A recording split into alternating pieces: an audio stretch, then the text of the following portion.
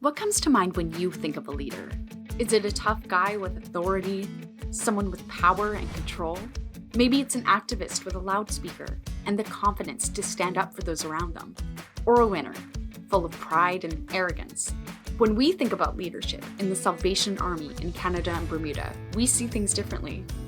For us, it's about energizing officers, employees, and volunteers toward their own transformation, motivating us to reach our shared mission in a changing world. And every part of Leads equips you and anyone in the Army to do this. Leads lays out how we see leadership in the Army.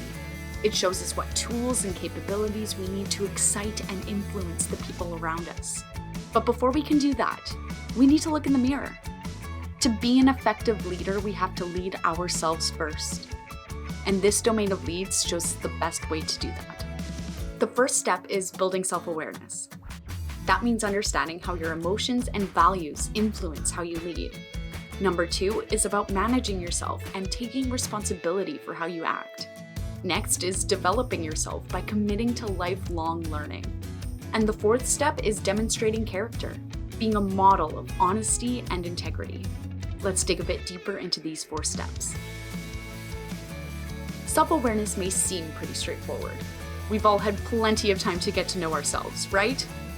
That's true, but we don't often take the time for a close look at why we act the way we do. And typically, we don't think a lot about what we value. But that reflection is key to becoming self-aware. Discovering our values and principles shows us how they guide what we do, how they influence the ways we lead. And figuring that out helps us answer an important question. Do the things that matter to me also align with the Army? Becoming self-aware is the first step to successfully lead ourselves, and eventually others too. Understanding what motivates our actions is only one part. As leaders, we're also responsible for controlling how we act. This is the second capability in our self-reflection mirror, managing ourselves. Taking responsibility for the things we do and how we do them means we create healthy rhythms in all aspects of our lives. How do we ensure balance and well-being? Setting boundaries and realistic goals are a couple of ways to self-manage. But the key piece is always looking at what we do to make sure we don't fall out of rhythm. Another way we can better handle self-management is by setting aside time and energy to develop ourselves. We can't transform ourselves or our organization by standing still. As leaders, we should always be pushing forward, looking for places to grow, looking for ways to continuously develop ourselves. This is the third part to the lead self domain. We don't want to be the same people we were last week. And we should plan for growth next week and every week afterwards. As leaders, everything we do is an opportunity to learn. And thinking that way is a commitment to lifelong learning.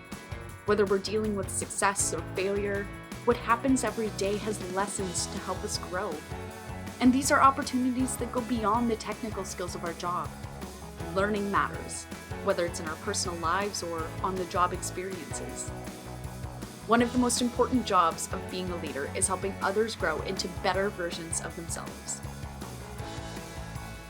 Developing ourselves shows us the qualities that can help us lead. And the last capability of leading ourselves is about being a role model of these qualities by demonstrating character. Salvation Army leaders must have a deep sense of integrity. We walk the talk by making sure our actions match our words. We show the people we lead that when we say something is important, it actually is. It's all about consistency. Aligning what we say we'll do with what we actually do shows the people we lead that we have a strong sense of character and that they can look up to us as models for how to lead.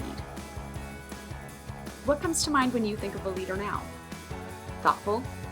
Motivated? Aware? Effective leaders tend to themselves first. And once we've done that, it's time to show others how to do the same.